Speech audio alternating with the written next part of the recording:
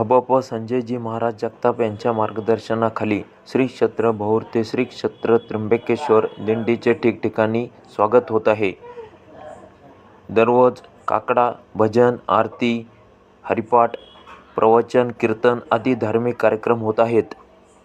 13 जानेवारी रोजी त्र्यंबकेश्वर येथे दिंडीचे जोरदार स्वागत होणार आहे.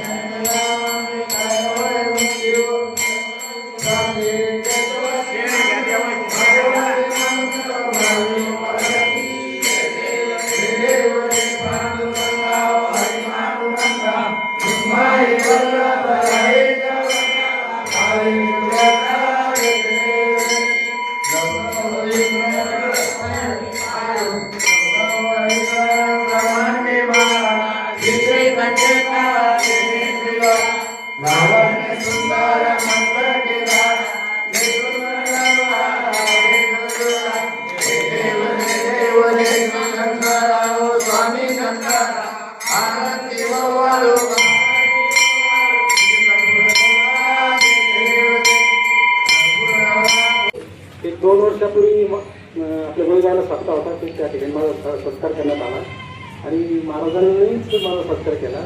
त्यावेळेस तेच बोलले होते की तुम्ही अजून वरच्या पदावर जाशाल. त्यावेळेस मी टी आय होतो, आता DSP झालो तुमच्या आशीर्वादाने.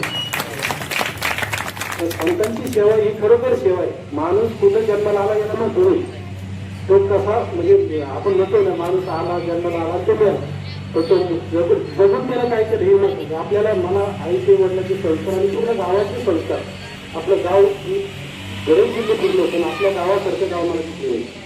म्हणून तुम्ही महाराजांचा आशीर्वाद असून माझ्या पाठीशी राहा.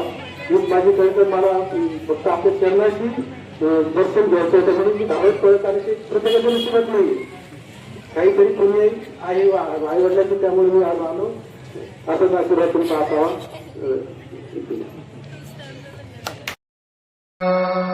निवृत्तिराया सोपानुक्ता ज्ञान सखया. निवृत्तिराया सोपानुक्ता ज्ञान सखया. निवृत्तिराया सोपानुक्ता ज्ञान सखया.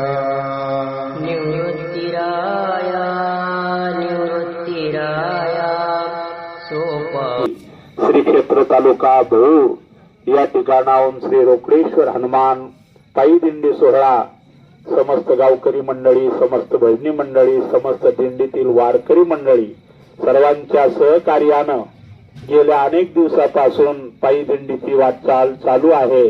आणि आज आपल्या भगवान त्र्यंबकेश्वराच्या व संत निवृत्तीनाथ महाराजांच्या दर्शनाला जात असताना संवत्सर कोकमठाण या गावी आणि असे असणारे श्रीमान श्री सावळेराम देवराव पाटील रंताटे यांच्या वस्तीवर इथं लगतच जवळ विभांडकेश्वर महाराज असं असणारं सिद्ध स्थान आहे.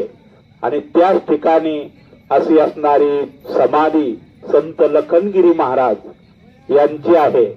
अलीकडल्या कडेला विभांडकेश्वर आणि पलीकडल्या कडेला शृंगेश्वर.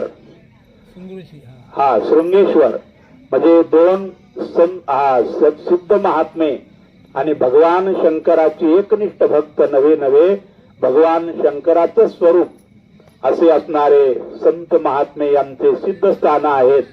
आणि ज्ञानोबा तुकाराम ज्ञानोबा तुकाराम. सत्तेचा महासंग्राम न्यूजसाठी संपादक कोंडीराम नेवसर, राजकुमार गडकरी, शिर्डी.